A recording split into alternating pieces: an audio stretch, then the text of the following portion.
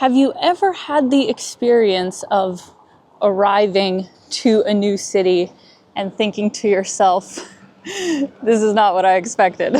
Because that's how I kind of feel about Beijing.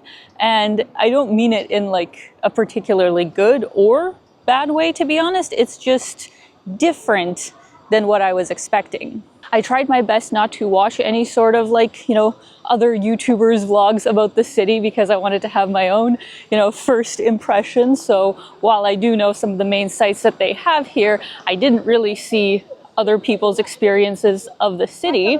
And as we were driving in here from the airport, I was just very surprised that for the capital city of China, with a population just in this city of 22 million people, I expected it to be just more dense, like way more congested, and I expected very like tall skyscraper buildings. Of course, they have that in, their certain business districts, but overall, I'm actually quite surprised how low a lot of the buildings are, and the fact that there's these like huge, very wide like boulevards, at least in the parts of the city that I've been to so far. Obviously, I have not been everywhere, but it's just very chill. And I don't know how it's possible that a city of 22 million people can seem chill to me. So I'm just saying that that has been my experience so far.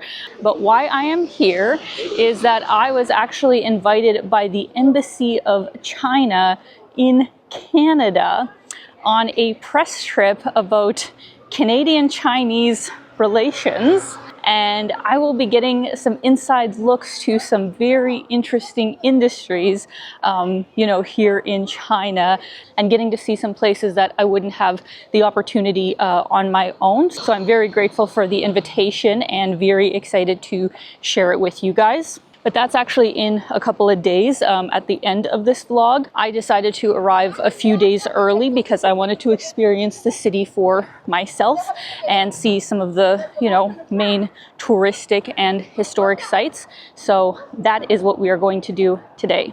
Now, as most visits to Beijing begin, let's start with the most famous and historically important attractions, which are Tiananmen Square and the Forbidden City. Situated right beside each other, I would recommend scheduling to visit both in the same day, but you do have to make a prior reservation or stand in line for a very long time. As you will see, the security is very tight in this area, and you will need to bring your physical passport to enter the area. Personally, I would recommend booking a tour. That's what I ended up doing because it is just such a large and overwhelming kind of area because there's so many tourists that come here. So I will link the one that I went on down below, as well as some other great tours that I did, because then you do get a local who will explain the significance of everything you are seeing. Also, it's very convenient that they end up booking your ticket for you to get into all the different places, because to do it yourself on WeChat, it's a little bit tricky being in Chinese characters, and there's currently no English translation, so that would be my recommendation. But to give you a brief introduction into the area, Tiananmen Square is actually named after the gate in its north, which separates the square from the Forbidden City, and it translates to Gate of Heavenly Peace. It's here that you can find the monument to the people's heroes, the Great Hall of the People, which is more or less their parliament, and also the National Museum of China. As for the Forbidden City, this is a huge imperial palace complex that was commissioned in 1406 by the Yongle Emperor of the Ming Dynasty. It was named Forbidden because access to the area was only granted by the emperor, and those who he chose to keep inside rarely had access out.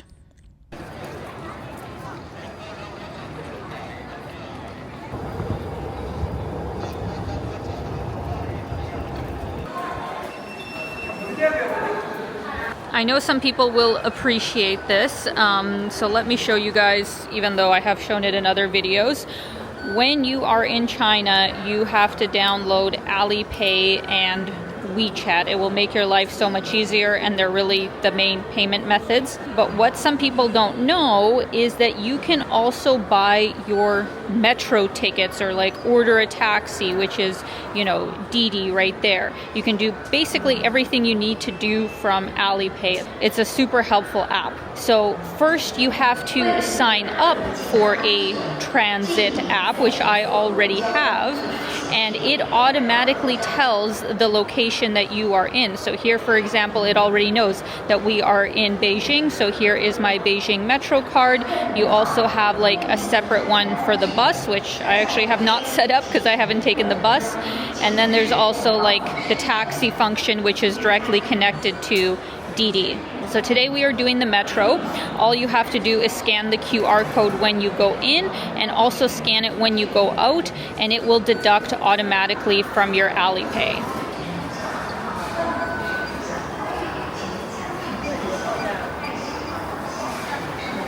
And just like that, you did it. What's epic about the Beijing Metro is that there are 523 different stations. There's like 19 or 20 like subway lines, and then there's even other trains, but like you get the gist that it's a very extensive subway system. So if you've never taken the subway before, it probably will be a bit overwhelming to you, but if you've taken even the TTC, the same rules apply, where you just follow the line color, the line number, and you look at the last station for the direction that you're going, and like that's it. It's all basically in English, as well as the Chinese characters, so fairly easy to figure out.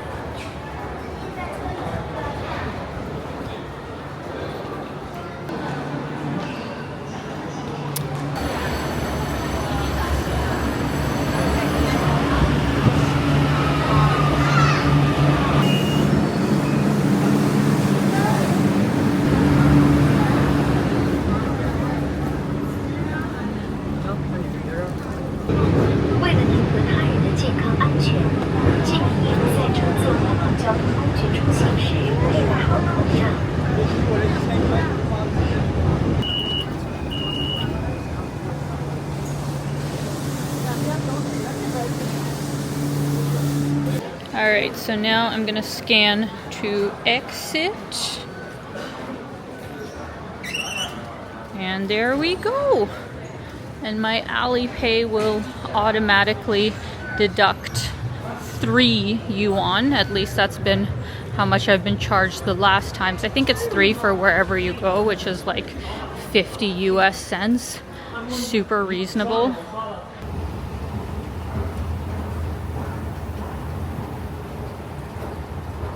All right, and we are in the central business district of Beijing. I have not been here before, so exciting.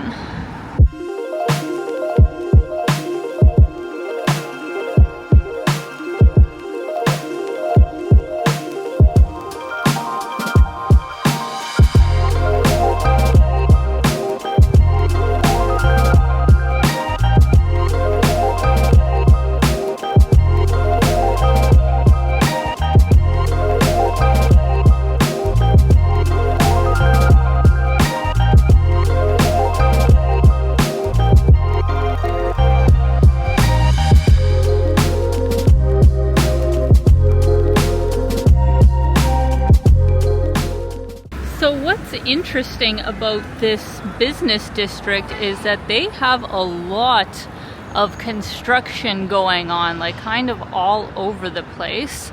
I imagine that in like 2 to 3 years from now, this area will look totally different. That's actually such a cool building. But yeah, on this side there is a whole bunch of different skyscrapers, lots of different corporations, but of course as like a regular person you can't really go into a lot of them, but pretty cool.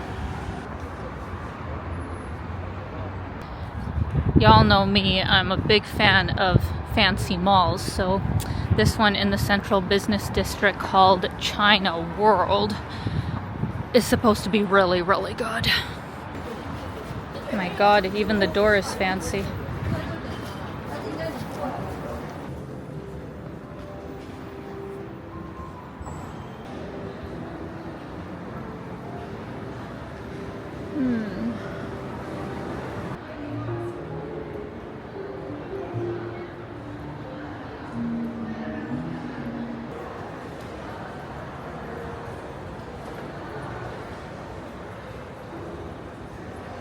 So the dining is also ridiculous in this mall. Look how many different places they have to choose from. Like, I don't even know, to ballpark 50? Like 50 different restaurants and cafes and like ice cream and like bubble tea, everything. That is crazy. I just spent $10 on ice cream. I kid you not. I mean, this is some of the best ice cream I have ever had. I've had it twice before in Singapore, even though it is an Italian brand. But yeah, it's like luxury ice cream, and honestly, it is worth it.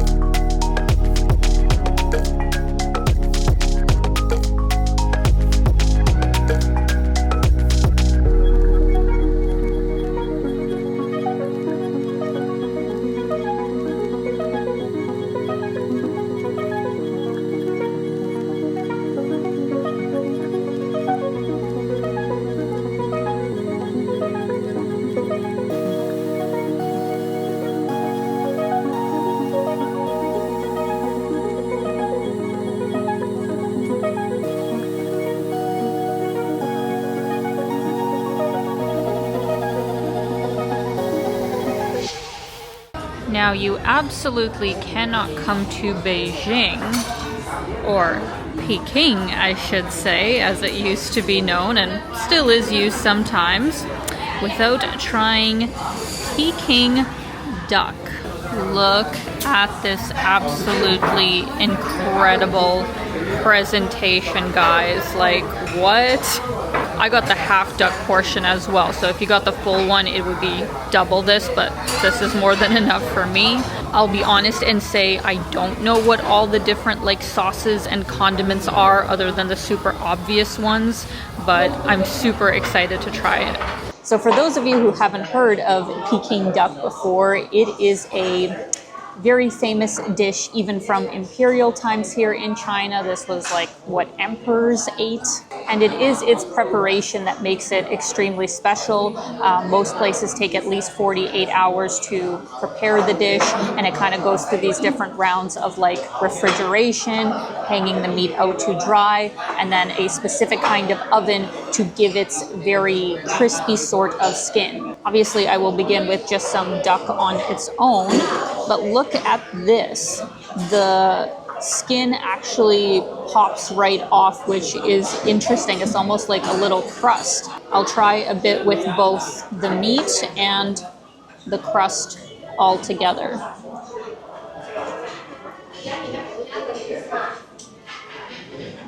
I have absolutely never had anything like that before. Wow. I'll be honest with you guys, I was a little bit afraid to actually try this dish because I have had duck in the past and I did not like it. So I was worried I wasn't gonna like love it, but of course as a signature dish, you know, you gotta give it a try. This is incredible. This is delicious. I would absolutely regularly eat this. And the skin is, yeah, unlike anything I have ever had before. It's really hard to describe even. It is just kind of like this crispy sort of skin, but it also just quickly melts in your mouth. But the part that kind of gets me is that they also give you these sort of like, I don't even know what I have here. This is paper. I was about to eat this. Oh my god.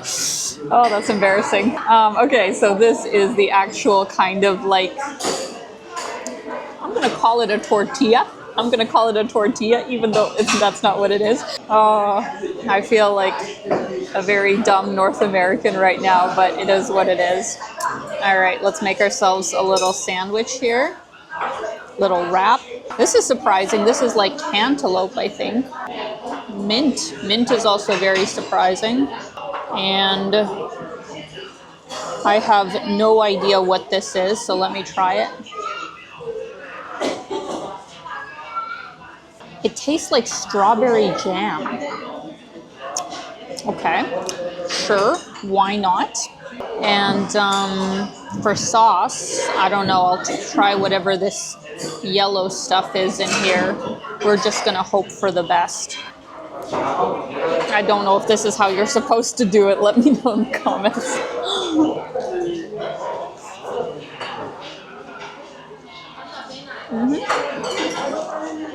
It's very good.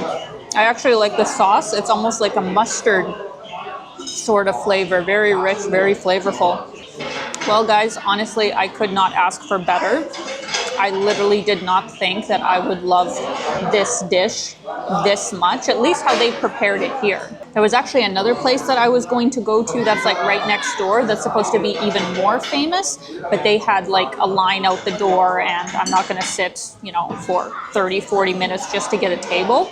So this place absolutely impressed me, highly would recommend, and overall a very reasonable price for just how much food you get.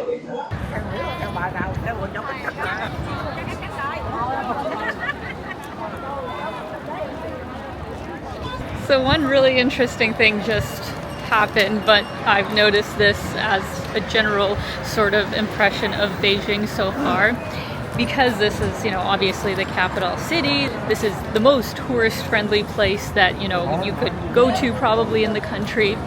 And compared to, you know, my last trip to China, which was almost a month, but I went to places that aren't quite as popular with foreign tourists, so, you know, the language barrier was very, very difficult last time. Whereas here in Beijing, it is substantially easier, like especially anywhere in the downtown core. At a lot of the businesses, they usually will speak, you know, a little bit of English. But what's more surprising, and what I wanted to say just happened, is like I've had so many people come up on the street to either say like, you know, welcome to Beijing, or just like the loveliest ladies just came up to me and they commented on my tattoo, you know, said, oh, like what's that? Why did you get that? And, you know, when I explained why I got now tattooed on my arm, they're like, oh, that's so cool, that's so amazing. And they ended up giving me like a whole bunch of like really great suggestions here in the city. So like super friendly. And obviously I wish I could, you know, learn some Mandarin, but like, let's be honest, I'm not going to be like having conversations anytime soon, even if I thoroughly, you know, studied it. So it is just so great to finally be able to have some conversations, you know, with locals, whereas last time I wasn't really able to do that. And I know everybody's experience will be different, but I will say that so far in the 4 days that I've been here in Beijing so far, I found people to be like extremely friendly, extremely welcoming, so it's been really, really nice. So to end off this vlog, I thought I would insert some clips from the press trip. Sadly, we only had one afternoon in Beijing before we headed off to our other two destinations, which I have a lot more footage of and will be coming in the next videos. But here in Beijing, we had a lot of interesting meetings, the first of which was with Global Times, who is China's largest English news source. They cover both domestic and international stories with a wide range of topics, including politics, culture, economics, and travel. It was really cool to be able to tour their offices and meet with some of the executives to talk about the media trends in both countries and learning about some of the really cool international events that they put on every year. From there, we actually went on a quick tour of the Forbidden City, since almost all the group had just arrived from Canada, but obviously I went earlier because I need a lot of time to film. FYI, all of the other really awesome people on the press tour were not content creators, but primarily working in journalism or government, so I was actually really honored to be there as a YouTuber. And lastly, we got to have a very special lunch in a super beautiful place with the ambassador, vice president of the Chinese People's Institute of Foreign Affairs. And then after the lunch, we actually had a meeting with the Ministry of Foreign Affairs and had a super interesting conversation that sadly I could not film because you're not allowed to film in the Ministry of Foreign Affairs as an outsider. But since my channel really isn't about politics, we don't really need to get into that, but I will just say we felt incredibly welcomed, and I really feel like there's going to be some really good dialogue between Chinese and Canadian relations. Well, friends, to summarize my time in Beijing, yeah, it really has been a surprise.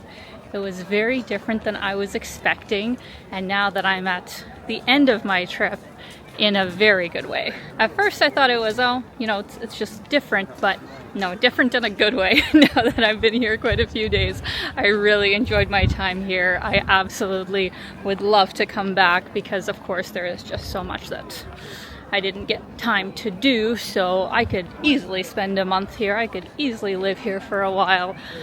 Such a great city, and I actually really like that other than the tourist attractions, it's quite a chill city, and I really, really like that. So it's going to be interesting to compare it to Shanghai, which I will go to at the end of my trip, because initially I thought that I would like Shanghai better than Beijing, but now I don't know, I guess we will have to see. But I hope you guys enjoyed this video. Let me know your thoughts in the comments. If you have been to Beijing before, what were your impressions? And once again, I really want to say a big thank you to the Embassy of China in Canada for bringing me here, for bringing me to this absolutely fabulous city. We are actually going to be heading out to Hangzhou tomorrow, so I'm really excited for that. That's another place that I've never been. So stay tuned. I am sending you so much love, and as always, keep being your own kind of beautiful. Bye, guys.